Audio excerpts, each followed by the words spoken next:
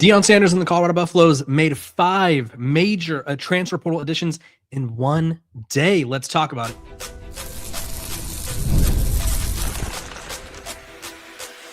You are Locked On Buffs, your daily podcast on the Colorado Buffaloes, part of the Locked On Podcast Network, your team every day. Welcome to Locked On Buffs. I'm your host, Kevin Borba. Today is brought to you by the Locked On Podcast Network, the #1 sports podcasting network in the business.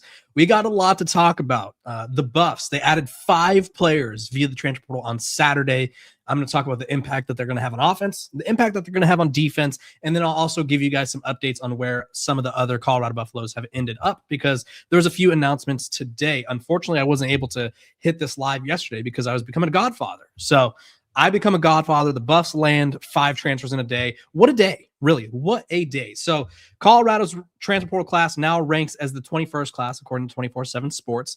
And they landed 2 corners, a defensive lineman, an offensive tackle, and a running back. I'm going to go through each one, give you guys the skinny on them, talk about what they did at their previous stop, talk about their journeys to where they are now, and then I'll talk about their impacts in the respective position group sections. So let's start off with I think we got to start off with the big one, the biggest name, or the biggest body, maybe.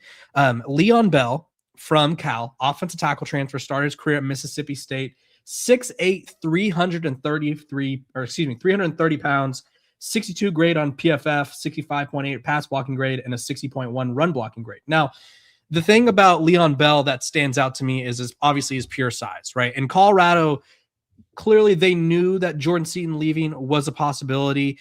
But at the end of the day, I mean, we saw that by them adding more offensive tackles. But I think you could tell by their continued surge in the offensive tackle market that they're trying to stay ready, that they're trying to find the right combination and not have a depth issue, right? Because there's some eligibility guys for like Kareem Harden, Zarian McGill, obviously not a tackle, but still a part of the offensive line, where they still don't know what their future is, right? So rather than waiting and being like, oh, we were hoping that we'd get so-and-so back, they're making moves. And so I look at their offensive tackles, their offensive tackle group, you have, like I said, Leon Bell from Cal. He's a ginormous guy, proven starter, did have some penalty issues. I think he had 5 or 6 penalties this past season. So that's not great, but that's something that could be cleaned up. And I thought Gunnar White did a pretty decent job with Colorado's offensive line this past year. I thought that was the best offensive line Colorado's fielded under the in the Deion Sanders era. So I believe that Gunnar White could help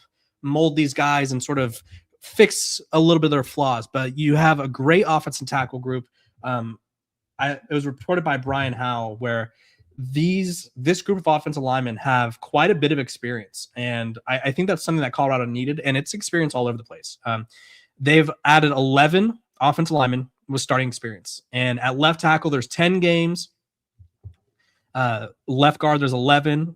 Center, there's 44. Right guard, there's 60. So there's a lot of moving and shaking that I'm sure will unfold. A lot of these guys have played some tackle. Javen Richardson, Taj White, like Bo Healy has gotten some snaps at Georgia. So Leon Bell adds to a very strong, I think, group of offensive tackles. I think it's going to be a hell of a battle this offseason. I'm probably, when I preview my biggest spring and fall camp battles, offensive tackle, both sides will really be in that mix. So Leon Bell is, I think, one of the better additions that Colorado's made.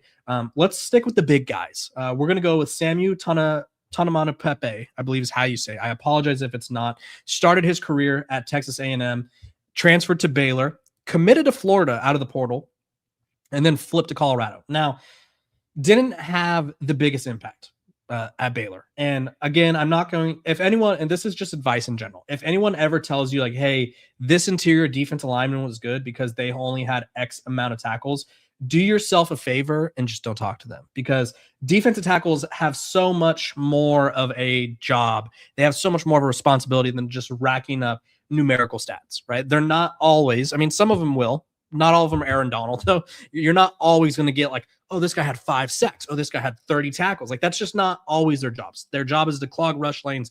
Their job is to eat up blocks. And I think this is a flyer take for Colorado in the sense of he doesn't have a ton of production anywhere. His grades aren't that special. He played in 6 games this past season for Baylor, has struggled to see the field. But if they're able to get something out of him that these other programs have not, they could have a star on their hands, right? He's 6'3", 376. I'm projecting he's probably more of a situational player for the Buffs, because I do like the additions of Cedric Smith, Dylan Manuel, who was on the show a couple weeks ago. Really like him. The Tulane transfer, Santana Hopper, is another exciting name. So they have a nice little rotation of defensive linemen. I think Samu is definitely a size. He's a size addition that I think Colorado needed, and he's going to be a project. And so we're going to see how well the defensive line coaches can get the most out of him, right? If it's a Jaheim Oatis situation where it's more mental than physical, I think that could be worrisome.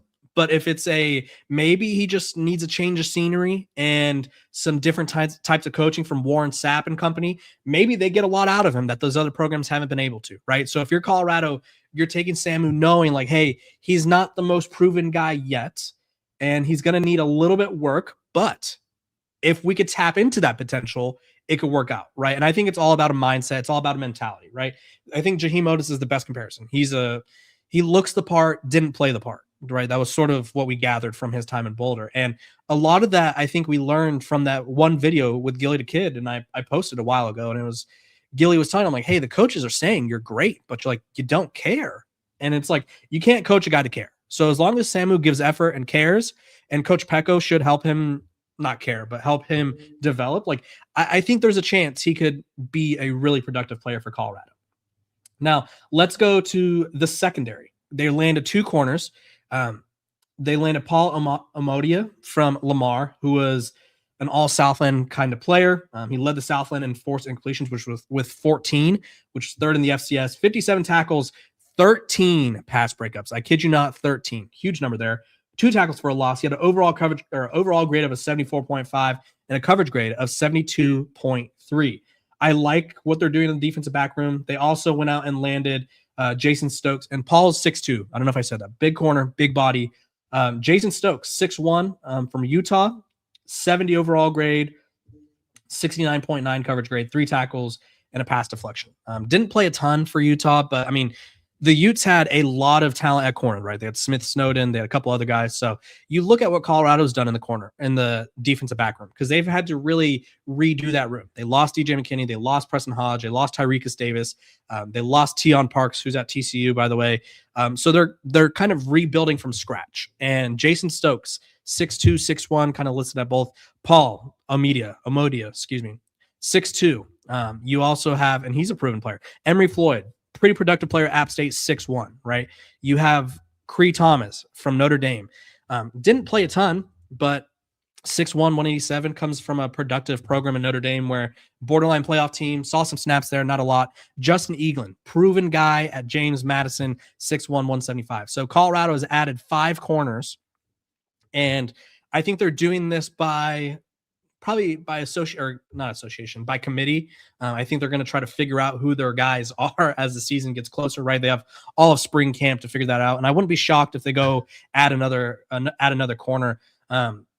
Let's be real. I think they could probably add 1 or 2 more. I don't know if they have the corner that they're looking for, like the cornerback 1. I don't know if that guy's there. I haven't seen these guys play in the system yet. We don't even know what system they're running under Robert Livingston. That's always a mystery. As long as these guys are fine with man coverage, right? That's sort of the gathering that we've had to have from these Colorado teams, is they want to man press you anymore, or as much as possible. Excuse me. So DJ McKinney's out. All these guys are in. It'll be exciting to see who sort of works out where. And then lastly, they take a flyer on a running back from Alabama, Richard Young, former blue chip recruit. He had around 60 scholarship offers as a recruit. Like, the kid was viewed as one of the next best things. He's the 55th best player in the country, according to 24/7 Sports at the time. Bama, Oklahoma, Notre Dame, Georgia, Oregon. Those were all the programs he took visits to. He got visits from coaches from all over. Clemson visited him. CJ Spiller, actually. Georgia Tech visited him. Michigan State, Ohio State. Like, every program in the country wanted this kid. And I think Alabama, and this is more of an indictment of I think more of a diamond on Alabama than I would say Richard Young. Alabama's sort of in the same position that Colorado has been in terms of run game. They haven't had a lot of it, right? If you look at Alabama's rushing attack over the past couple of years, it's not like the Derrick Henry days. It's not like the TJ Yeldon days. Like their leading rusher this year was Jam Miller with 504 yards on 130 carries. So he's averaging 3.9 yards per carry. They just haven't really had a running back step up. Like last year, Jalen Milroe was their leading rusher with 726 yards. Jam Miller 688, and then Justice Haynes. Like they haven't had that dominant back. And so Richard Young is coming in with basically 250 yards of rushing throughout his career, 234 yards, 5 touchdowns on 59 carries total. So he's a guy that Colorado is really hoping more opportunities. The go-go offense can really get the most out of him. And so I like the addition there. Wouldn't be shocked if they add another running back to the room. Because listen, I said this and I posted the video, and obviously I had to make the omission that I missed one running back, but Colorado was sitting at 4 scholarship running backs. And I didn't think it was a controversial take to say that they needed 1 or 2 more, because you look at what they had this season. They had 4 scholarship running backs, and they lost 2 of them by the end of September, right? Simeon Price and Decalen Taylor were both gone by the end of September, leaving them having to go to, okay, Draylon, like, why don't we try you at running back? Okay, Cam Michael, let's see you at running back. Like they got desperate at running back. And I just don't think with how frequent they're going to use the running backs, like there's going to be 2 on the field at a time pretty much with the go-go offense. So they need to figure out a way to keep these guys healthy, and they need to add depth. So I like the addition of Richard Young. We'll see if they add another running back. When we come back, I'm going to talk about what I view the offense looking like with the additions of these new transfers. But first, we're going to take a quick break. This episode of Locked on Buffs is brought to you by our sponsors over at FanDuel. And guess what? The college football playoff. Have you heard of it? It's here. It's here. It's almost over, actually, unfortunately. I don't know who you guys got winning, but right now, every college football playoff game day, FanDuel users get a profit boost waiting for them in the app. You could ride with the favorite when you think the team controls the matchup, right? So if Indiana, if you like them, ride with them. Or you could take a shot on the underdog, right? If you feel like, hey, everyone's doubting Miami, I got to ride with them, you could do that. So FanDuel is the best place to get in on the action all playoff long. Visit FanDuel.com to get to your college football playoff profit boost every game day.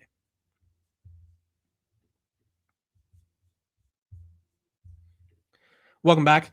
Locked on Buffs, free and available wherever you get your podcast. Make sure to like, subscribe, and follow. You could join our Locked on Buffs Discord, where we're going to be talking all things Colorado. So if you want to hash some things out, maybe in the comment section that I'm missing here, or just in general, want to know who's visiting, who's doing what, we'll have all that info there. So make sure to join. The link is in the comment section and in the description of the episode. I'll add after. So let's talk offensive additions. Right now, I think Richard Young has a chance to be the starting running back. I do. You have Decalen Taylor, who I would put as my favorite to start. I don't know. Again, I got to see who else they bring in, right? You have Damian Henderson, who's been in the system, was the second most productive running back at Sac State. Is he the starter, right? I think there's a very, very tight battle in this running back room, but they have some guys, they have some playmakers, and I'm really excited. I think Richard Young could very well be the starter. In his limited reps at Alabama, I shared one of the videos. He has big run potential, right? He has a few big runs throughout his career. There was one against Missouri. There's some against LSU where they were just beating the living you-know-what out of the Tigers, and Richard Young was just running it down their throats. Like Richard Young, with more opportunities, could become one of the better running backs in the Big 12. And we've seen some Alabama running backs leave and find success elsewhere. The one that comes to mind, or not Alabama, excuse me, that was Ohio State. Pardon me. But either way, we've seen some guys like at Ohio State, right? The one that went to Cincinnati, go elsewhere and find more success because it's not as crowded. And Brendan Marion does a good job of rotating running backs. He does a good job of feeding the hot hand. I would say Colorado's running back rotations, I expect them to be a bit tighter this season, right? I think last year it felt a little too random at times. It'd be like, okay, we're not riding the hot hand, or we're plugging in a walk-on who's listed as a wide receiver. Like I didn't always understand the plan. I think Brendan Marion will get them straight on the narrow path and be like, okay, this is how we're doing things. So Richard Young, starting potential. At the very minimum, I expect him to be a rotational piece that Colorado relies on heavily. Last year at Sac State, there were, I think, what's the secret behind? Let me pull this up as an ad from Jimmy Kimmel yells at me, or Jimmy Fallon. I don't even remember which. I never know which Jimmy's which. But Sac State had multiple guys with over 500 yards, right? You look at their running back room, and they had 3 guys with over 500 yards rushing, and they had, in terms of running backs, they had 1, 2, 3, 4, 5 guys with at least 35 carries. For Colorado, not the same, right? They haven't had a 400-yard rusher in a season under Coach Prime. They haven't had a 1,000-yard rusher in, I want to say it's been at least 5 years, right? So it's been a while. It's been a while since Colorado's really got the run game going. And I was kind of shocked to see the lack of run game under Coach Prime, because they ran the ball so well at Jackson State. And so I thought they'd want to take the pressure off the quarterback and run the ball at Colorado. But obviously offensive line issues, I guess play calling issues, they all play a factor. So Richard Young, I expect him to start, at least at the minimum, be a key contributor. Leon Bell. Now, I liked Larry Johnson. I liked what we saw from him this past season, but I think Taj White is kind of like one of my favorites to start at left tackle. Sorry, dog hair. I think Taj White could get a look at left tackle. Same with Leon Bell. I think both of them have a chance. And I also think both of them have a chance to sort of duke it out with Larry. That the tackle spots are not figured out by any means. And I don't know if someone could kick inside. I know they've brought in, they brought in Demetrius Hunter, who's probably going to play center for them. They also brought in Sean Kinney, who's played some center and guard. So they have a big offensive line battle. Jose Soto is also in the mix from Sac State. So we'll see. Like, I really think this offensive line battle is going to be intense. It's going to be insane. We may see different combinations throughout the year. And Colorado, I think, is in a good position in terms of depth. Question in the comment section. How are you going to start Young over Welch? You know, if I had to rank the running back room, that's a fair question. If I had to rank the running back rooms right now, I'd probably go Michael Welch as my 1A, DeKalen Taylor is my 1B. Then I'd go Damian Henderson and Richard Young is my 2A, 2B. And Jaquel Smith is sort of my wild card, right? I don't really know how he fits into the system, I guess, or not into the system, but into this mix, right? Because they're bringing in guys, and they're possibly going to bring in a recruit or two. Cam Newton, not the quarterback. That'd be sick though. Cam Newton, the running back recruit out of Texas, he had 2,400 rushing yards and 40 touchdowns this past season. So Colorado has a very interesting decision to make an offensive line and running back room. So I expect Leon to probably start. He needs to cut back on the penalties, that's for sure. But Colorado's giving themselves plenty of options, plenty of depth. I think Brian Howell said they're closing in on 80 scholarships on the roster right now. So we'll see how many more people they want to bring in, because you could have up to 105, but we'll see if Colorado wants to get close to that number. We're going to take one final break, and then we'll talk about the defensive guys and where the other buffs are ending up. This episode of Locked on Buffs is brought to you by our sponsors over at TurboTax. Tax season's here. Of course, we know. If you guys don't know, it is here. It's getting close. And TurboTax is making sure that you are prepared. I think you don't want to have tax season take over your life. And TurboTax is making it easier than ever to just hand things off and move on with your day. With TurboTax full service, you can have your taxes done for you by a trusted local expert, start to finish, without the stress or the guesswork. So instead of spending hours trying to figure out your forms, you can meet with local TurboTax expert in person or connect online. They handle everything from W-2s to self-employed forms and work to get you every deduction. For a limited time, you can have your taxes done by a local TurboTax expert for just $150 all in if a TurboTax expert didn't file for you last year. Just file by February 28th. Take taxes off your plate and get back to your life. Visit TurboTax.com/local to book your appointment today.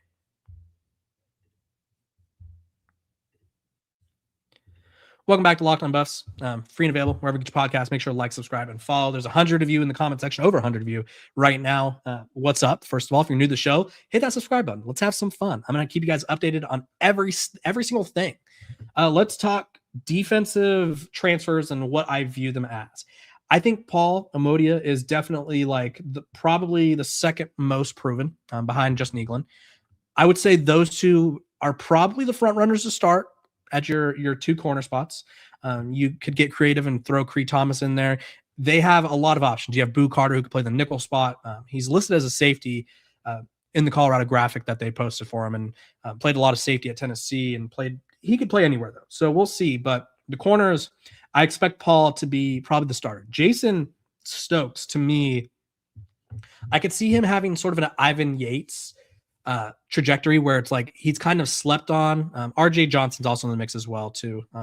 So you could have RJ Johnson, you could have Paul or Justin, and those could be your three. I could see Jason Stokes, though, sort of being an Ivan Yates kind of guy where it's like he doesn't get to start right away and maybe doesn't even have a huge role right away. But as the season goes on, maybe earns his keep, right? Earns his way into a starting role, because it's at 6'2", the guy's got size, and he was no slouch as a recruit.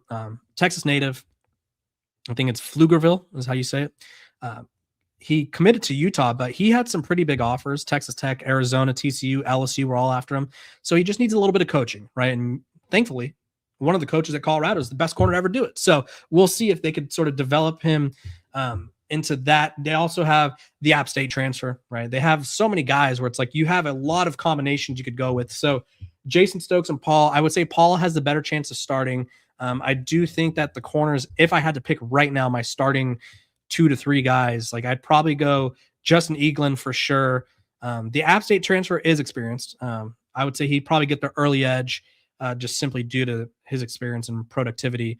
But it's tough because I like the potential of Cree Thomas. I feel like Cree Thomas, was a sneaky good get for them. Emery Floyd, though, very veteran guy. So it's a tough pick. And this spring is going to be huge for all of them. It's going to be huge for all the transfers because this year, unlike past years, there is no spring transfer portal window. So you are bought into the program that you're committed to. Now, there is no spring transfer portal window, but don't be surprised if you see the occasional, like, okay, I don't like where I'm at, so I'm going to unenroll as a student and just transfer as a student somewhere else as a walk-on, and then I'm there, right? We've seen that happen before. I would expect that to sort of be a loophole for a lot of these guys. But Colorado's got a lot of corners in the mix now. I think this room's looking pretty impressive, I would say. And then lastly, yes, Samu, I don't think he's going to start. I would say Santana Hopper, Dylan Manuel. I think those guys, I would count on them to start. I think Samu is going to be more of a situational guy until he proves like, hey, I could be the guy. So Colorado giving themselves a lot of options, a lot of depth. And I think that they're kind of nailing the portal. So tune in, like, subscribe, follow. This has been Locked on Buffs. Throughout the week, I'm going to be having experts that cover Tennessee. We're going to talk some Boo Carter. We're going to talk some Jaden Hardy from Oklahoma. We're going to have experts who cover that respective program come on the show, talk about what they liked in these guys, what maybe needs to be better, what to expect. So you guys won't want to miss it. I'm Kevin Borba, host of Locked on Buffs, and I'll see you guys on Monday. Have a good one.